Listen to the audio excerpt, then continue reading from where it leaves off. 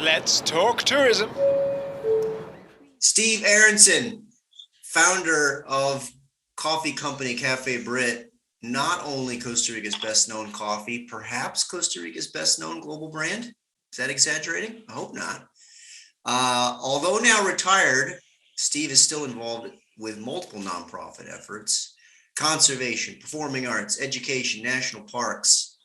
So I guess you're a pretty busy retired guy. Steve, if you don't mind, let's talk tourism. Yeah, I don't know what this retired thing. What does that mean? I never, I don't understand that word. And I think what you didn't mention among the multiple things is I also am partner in 3 cafes. Oh, awesome. One is in the National Theater, the cafe in the National Theater. The other one is in Milico, and then the other cafe is in our theater Expresivo in Pinares. So I've kept my fingers in the coffee world. In fact, I'm drinking some coffee right now. Cheers. So tell me if I got this right. New York City, University of Michigan, Stanford, Ecuador, then Costa Rica? That's pretty good. Pretty good. So yeah, it's just about right. Except Stanford. The Stanford is not. It's Ecuador, Stanford, then Costa Rica. So how did you end up in Costa Rica? What's the short version? Well, the short version is that when I'm agricultural economist, and and that's what I studied, and I did a sort of a graduation thesis in Colombia, and then in 1969, and then I decided to go back to Michigan hitchhiking with this. So I took a plane to Panama, and I hitchhiked to Ann Arbor, and my mom had a high school friend who'd married a Costa Rican, so I had a place to stay in Alajuela, and so my first sort of contact with Costa Rica was staying in Alajuela, and then I went and took the boat to Guanacaste and took a bus and ended up in a place called Playa Javilla, which is right by, it's sort of in the southern part of what is actually Punta Arenas, the Nicoya Peninsula. And sort of spent a week there. Of course, at that time, the beaches were pretty empty. Right. So I was sort of in Guanacaste pre-tourism, put it that way. So how does a New York City boy decide to be a cultural or agricultural economist? Because I like the tropics, and I was actually very much when I was a kid. I really liked to read about these Dutch traders that went and looked for spices in the Orient and stuff, and I thought that was sort of cool. And but mostly I didn't like the cold, so I said, well, let me try to find something that allows me to be in places that are warm. And I also studied Portuguese in college, and I went to school in France for a while, so I spoke those 2 languages, which are really useful in the tropics. So you found your spice in the form of Costa Rica's golden grain coffee. When did it dawn on you that it would be a good idea to retain and roast Costa Rican coffee, the export grade stuff, to actually keep it in Costa Rica? When did that light bulb go off? Well, so I started, when I came to Costa Rica as a professional, I was working for a multinational trading company as their Latin American sort of quality controller. So I convinced them to let me use Costa Rica as a base. They sort of wanted me to use Salvador as a base, and I told them that the best way to work out of El Salvador is to be in Heredia, Costa Rica, and I sort of agreed. Good sale. Yeah, well, I took my boss to Key Largo, and that helped. So, so we, so for, for years, for about 6 years, I was really traveling all over Latin America, looking at coffee exports and cocoa exports and cocoa bean exports, and checking to set the right quality, and negotiating contracts and stuff. And then my company gave me a promotion and said, you can. By that time, I bought a house and a farm in the mountains of Heredia, and my company gave me a promotion and said, now you can go live and work in New York and take the subway and work on the 25th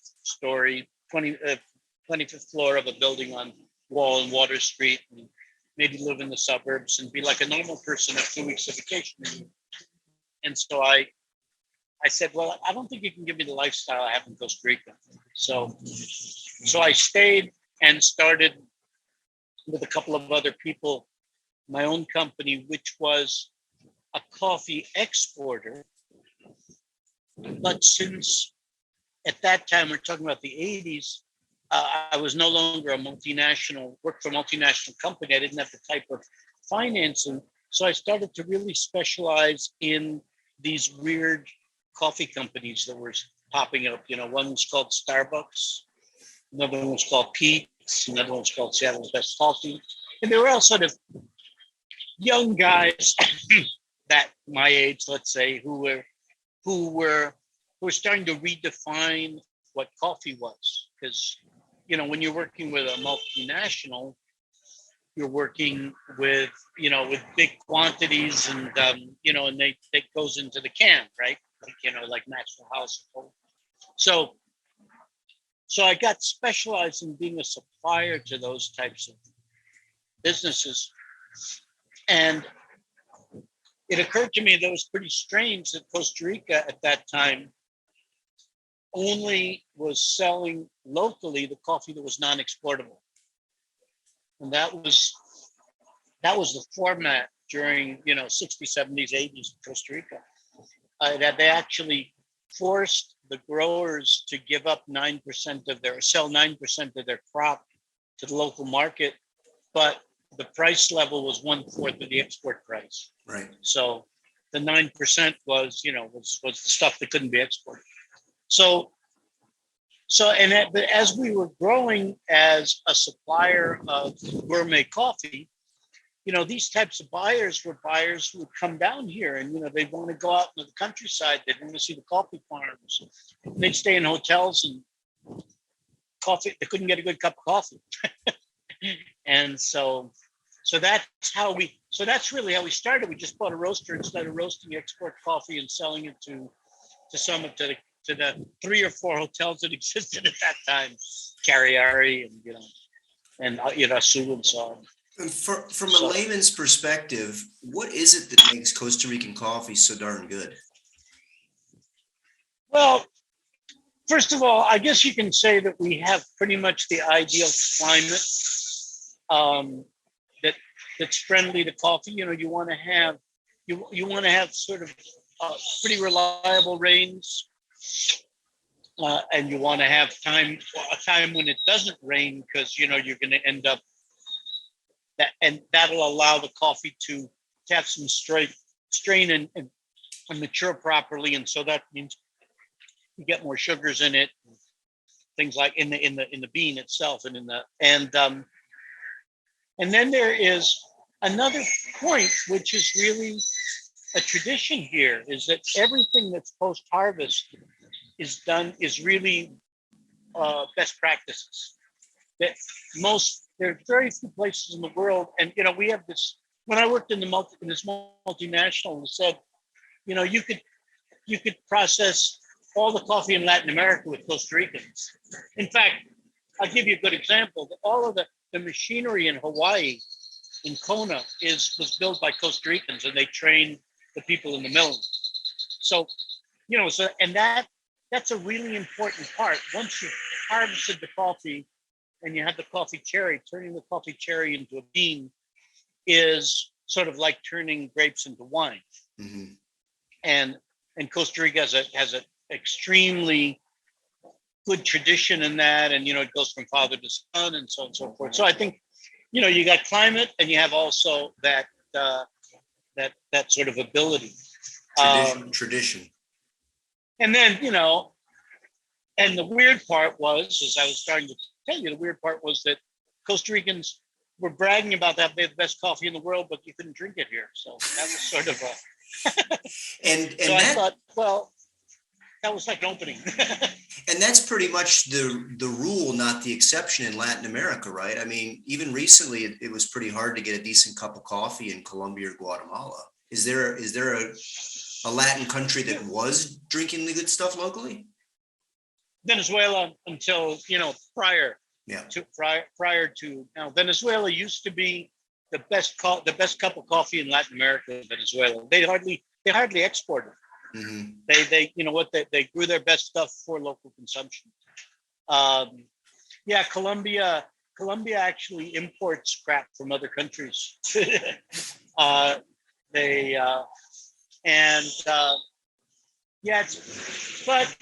I think, in all modesty, I think that Cafe Britt has created sort of a model, because there are export roasters in Mexico. Sure. And this part that's not a model, the one place that really does change this whole idea is Brazil. And Brazil is the largest coffee producer in the world, but it's also the second largest coffee consumer. Mm-hmm. So there's a variety of coffees in Brazil available to the consumer. It's really a well-developed coffee consumption market. So when you first started packaging, roasting, selling locally, who were the early tourism businesses who just got it, who embraced it right away? Well, so let me I'll back up one pace to tell you what happened. Is that when we started to roast this stuff, it was really mostly roast. We started a little roasting business in our green coffee business. It was mostly to promote our green coffee exports. And then all of a sudden, Oscar Arias won the Nobel Peace Prize, and Costa Rica went on the map. Mm-hmm. And so what happened was, a very odd thing, is that the Coffee Institute here, which is the group that sort of controls or oversees the coffee market, said that they started to say, in their board, they said, well, we should really have a stand in the airport to promote our coffee. And nobody wanted to do it, because all the roasters, they were roasting this local stuff, and they didn't think that coffee wasn't really very important. And so somebody in the board said, well, talk to Steve, because he's crazy. So we accepted, and we put up a stand in the airport, and then started to really, things started to run from that, because then what we began to see was that as tourists came to the country, and they stayed when they came to Central Valley, the only thing they could do was go to Sarchi and Lancaster Gardens and maybe eat a soup, and they all wanted to see something with coffee.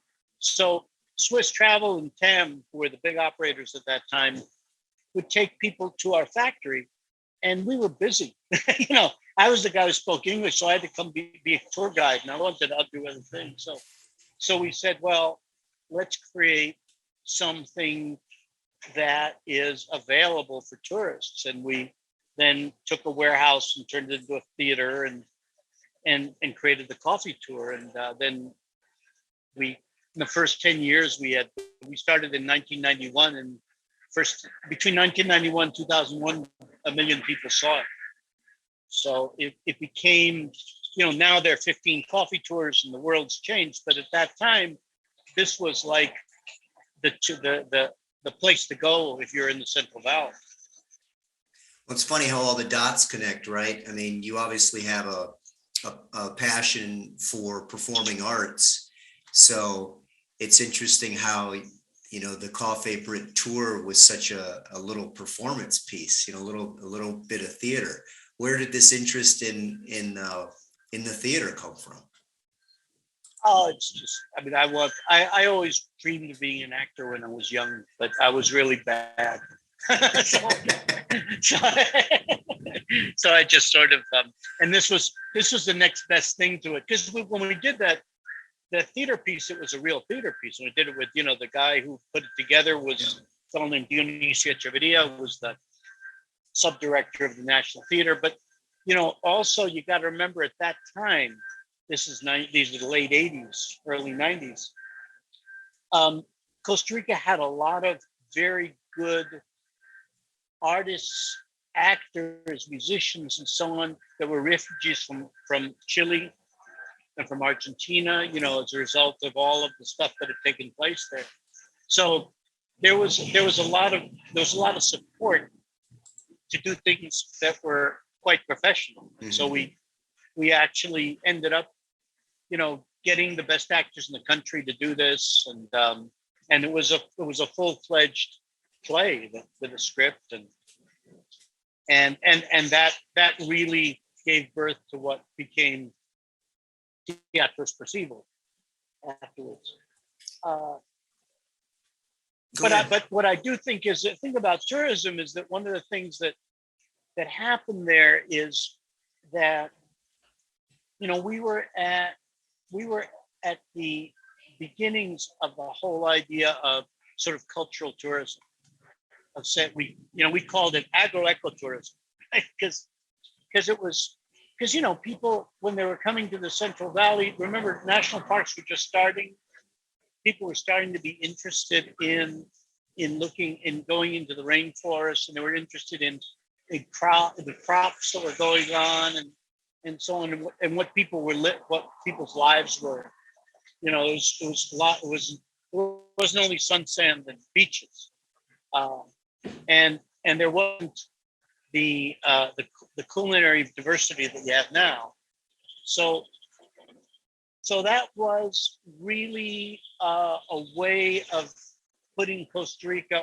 I think we helped put Costa Rica on the map like that, because we had this great good luck that the boom was starting in the States. People were getting very conscious about Starbucks and about Seattle's Best and about, Second Cup and all those different, and they'd send people down here. They'd train their baristas here.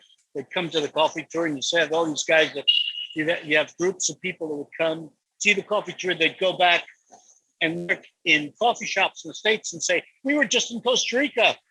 We learned about coffee in Costa Rica. And I think that helped. Oh, you're on mute. Steve, you're on mute. I think you muted yourself. There you go. Yep, no, I'm not. There I am. Sorry. So perfect segue though. What's changed the most since you've been here in terms of Costa Rica tourism? And what do you think we need to do in sort of our second act here? Like, what do you think needs to change next for Costa Rica to remain relevant? Or what do you think absolutely should not change? Well, first thing is, and this is not in, when I say first thing, it may not be the first thing that pops in my mind is infrastructure. And infrastructure means transport. It means sort of information as well. I think that the industry has grown faster than the country has been able to follow it. And so what happens then is you get private islands like Papagayo or like in Nosara. So what that is, and that, I guess I'll give you a little example of what I was talking about in the middle, when we started to become fairly well known, as when we started to have stores in the airport and stuff like that, we got to be known in general as a model. So somebody from AID approached me to become and just to look at the Dominican Republic and to figure out how to create the same sort of thing in the Dominican Republic. Because at that time, the U.S., the whole idea of the U.S. was to try to figure out how to keep people on the farm so they don't go and migrate to the States. So I went to the Dominican Republic, and the guy said to me, he said, "Yeah, you should look at that. The 3 million tourists a year in the Dominican Republic, maybe Costa Rica, and they produce coffee and so on, and maybe you can do something like that." So I looked at it, and I went to these places like in Punta Cana and so on, and interviewed the people, and they didn't know where they were. They all came off the plane, went to an all-inclusive place, and came back, and you said, "Where were you?" "Oh, I was in the Caribbean."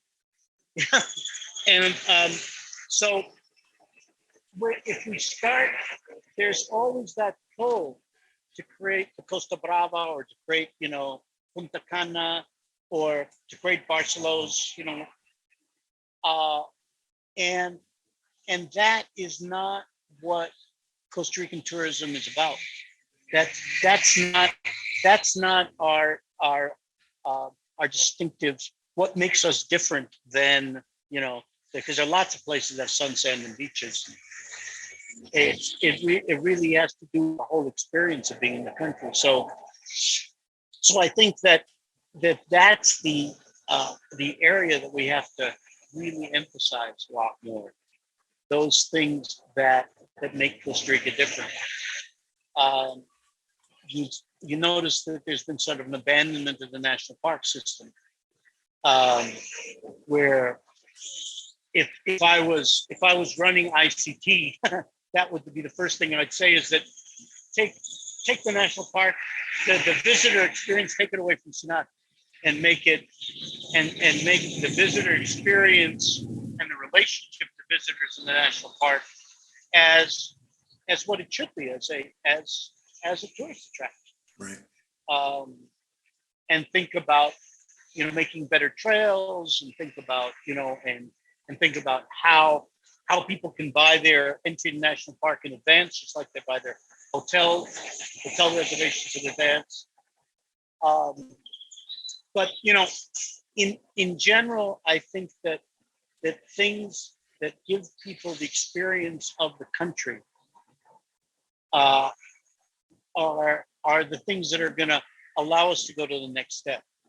If we think that the thing that will get us in the next step is doing lots more high-level, high-end resorts and sort of closed areas, we're going to lose our distinctiveness. Right. San Francisco, Milan, Vienna, I think a few other major places have annual coffee festivals. Why doesn't Costa Rica? Exactly. Exactly. By the way, the late Michael Kay and I made a series of proposals for festivals like that to ICT, and we set up a whole project. And we said the best time to do the festivals are Low season. May and September. Yeah. Please, low season. Yeah. And just create another reason to come, not the green season, but something other than the green season. So yeah, so that I agree. And I think we should have, when we did this thing, when we did Henrietta, part of the idea was, and we're going to do it, is to have that every week. Have a musical about Costa Rica every week. Well, that much more than that. It things that sort of cultural attractions or other reasons to go to the country. We have enough. We're well known enough and easy enough to get to that we should start to think about cultural tourism, about gastronomic tourism, and we have a lot of adrenaline tourism, obviously. Right. That's already happening. Yeah, I'm in complete agreement. We really only have two giant challenges at this point. One, we need to make new destinations, and two, we need people to come in low season. And there's so much unpromoted culture. I mean, when we have the obvious one of coffee and we don't have an organized festival, pretty obvious opportunity. Something in theater or arts. Certainly there are other agricultural or other products that we could build festivals around. There's so much stuff.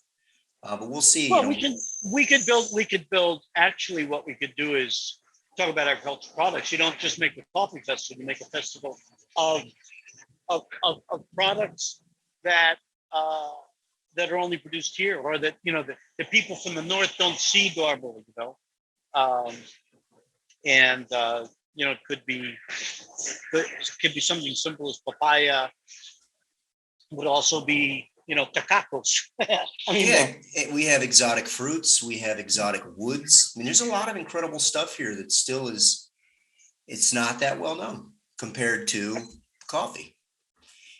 If there were a Mount Rushmore of early tourism innovators in Costa Rica, I think Michael Kay, as you mentioned, of Expeditions, probably John Lewis of La Rios. Certainly the sculptor would have trouble with your glorious beard up there on the mountaintop. Who else would you say, were these early pioneers, whether Costa Ricans or expats? Who would you have up there on that mountain? well, I don't think we can't forget Andy Gingold.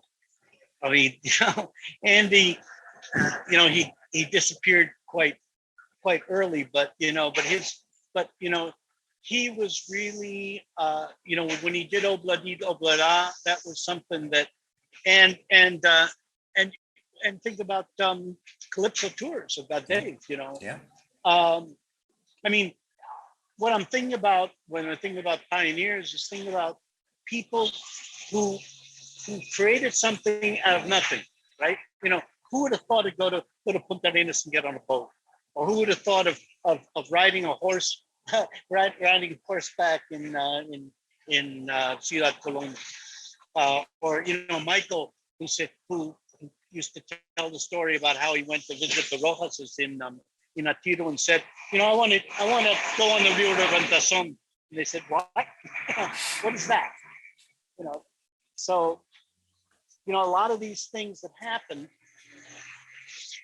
because of people who just, that often happens like that. You need to sort of, somebody has an outside view of things. And I'm not, the hotel industry, was built by some pretty creative Costa Rican entrepreneurs as well. And there's been a lot of, but the main thing to think about is that we could have backed into tourism, and we backed into it without, I wouldn't say without a plan, but we didn't really expect, country really didn't expect the success we'll have. And again, talk about Michael, he used to say, the Costa Rican brand is so strong that nobody can screw it up, no matter what they do. We try. We tried, exactly. Yeah. So I think that I think that as we go into this next phase, well, Jim DeMalis is another good example, right? I mean, as we go into this next phase, all of this, the best things that happen are, I don't want to make allusion to Maoism, but I just thought that was that expression of 100 flowers, let 100 flowers bloom is a really good metaphor. Sure. That the more we allow weird ideas to proliferate, the better. There are people that go to near San Isidro General to stay and work with bamboo. Right. Or there's this incredible place on the way to San Vito that's a coffee that's called Café de Diversa. It's a little hotel where there are 15 different varieties of coffee that nobody's ever seen before, and there's a roastery there. Do you know that place? Yeah. So, I mean, there are, but how do you get there? Going back to infrastructure, Right. right? How do we fly to places that are not the normal places? It would be lovely if domestic air was a little more supported. But you know, but as I said, you know, I was just starting to think about things like the people that developed San Gerardo Dota, for example. I'm trying to remember the name of the fellow, but this one fellow, he came from Dota, from Santa Maria, and he walked to San Gerardo with his 10 kids and ended up inventing the idea of trout and inventing the idea of apples and you know, creating a whole and pecans. I mean, all of a sudden that whole area became something else. I mean, the irony is part of the frustration of the industry is lack of central planning, but part of what has made it so great is lack of central planning. Exactly. You know, it's thousands and thousands and thousands of micro businesses, and that's what makes it so rich and diverse. Last question, Steve. I don't want to keep you any longer. What is your definition of pura vida? What is my definition of pura vida? I think it's that. I think it's what the things I was just saying. It is that amazing diversity that exists, that you can go from a place that shows you how to build things in bamboo to a cacao farm, to a fancy restaurant in San Jose, to rafting, to doing adrenaline tourism, to hiking in national park. By the way, if I want to add something else in my list of things that need to be done in tourism and that we really are lacking is good trekking opportunities. Right. That, we have 25% of our land is protected area. We should have things like the French have, Grand Randonnée, where you can go and walk for 3-4 days and you can, and you have inns on the way. And right now the national park system is sort of against that. They're against, they want people to do like a 15-minute walk and that's it, 1 kilometer trail. And there's a whole world out there of people who want to do, 2-3 days of hiking. Right. And so that. Well, I lied, Steve. Bonus question. Tell me what you're working on these days. I know you're doing a lot of different things with your nonprofit stuff. How are you filling your days? Well, spending a lot of time with these theater projects. Obviously, this project of Henrietta, which was 25 actors, and there's totals of 60 people involved in it. We ended up doing that all on Zoom, writing an original play with music, all that on Zoom, and then doing it in the National Theater, and now we're gonna make a version that we'll show every week in Espressivo. Henrietta was the former First Lady. Henrietta was an Alabama girl, college student in 1940 who came to Costa Rica because she didn't want to live. She wanted to break out of that small town life, and she ended up marrying Pepe Figueres. Crazy. And was the person who, she was the first lady of 1948, and sort of convinced him to do to give women the vote. And she was involved in all of that stuff that had to do with the abolition of the army and so on. And her daughter, Muni Figueres, was Costa Rican ambassador to the United States, and her granddaughter was the minister of Diala Jimenez, was the minister of foreign trade. What a story! So there's a very neat thing to tell the story of this lady of Costa Rica from the point of view of somebody from outside, somebody who has sort of virgin eyes. Right. So we're working on that, working on lots of different things with the theater. I've always been very active with education. So, I've been in a foundation that introduced the International Baccalaureate into public schools. We started with there were three private schools that had the International Baccalaureate. One of them belongs to my wife. And now there are 49 schools in Costa Rica that do the International Baccalaureate, of which 20 are public. So kids come out with what would be the equivalent of AP in the United States. They speak English. They have an internationally recognized high school diploma. So we're working on expanding that in the public school sector, because the pandemic has sort of put a little kibosh on everything to do with public education. Sure. And so that's sort of in the philanthropic area. That's an area that I'm very much concerned with. And we are working very closely with the national park system, trying to convince them to do these two things that I mentioned, and doing volunteer work.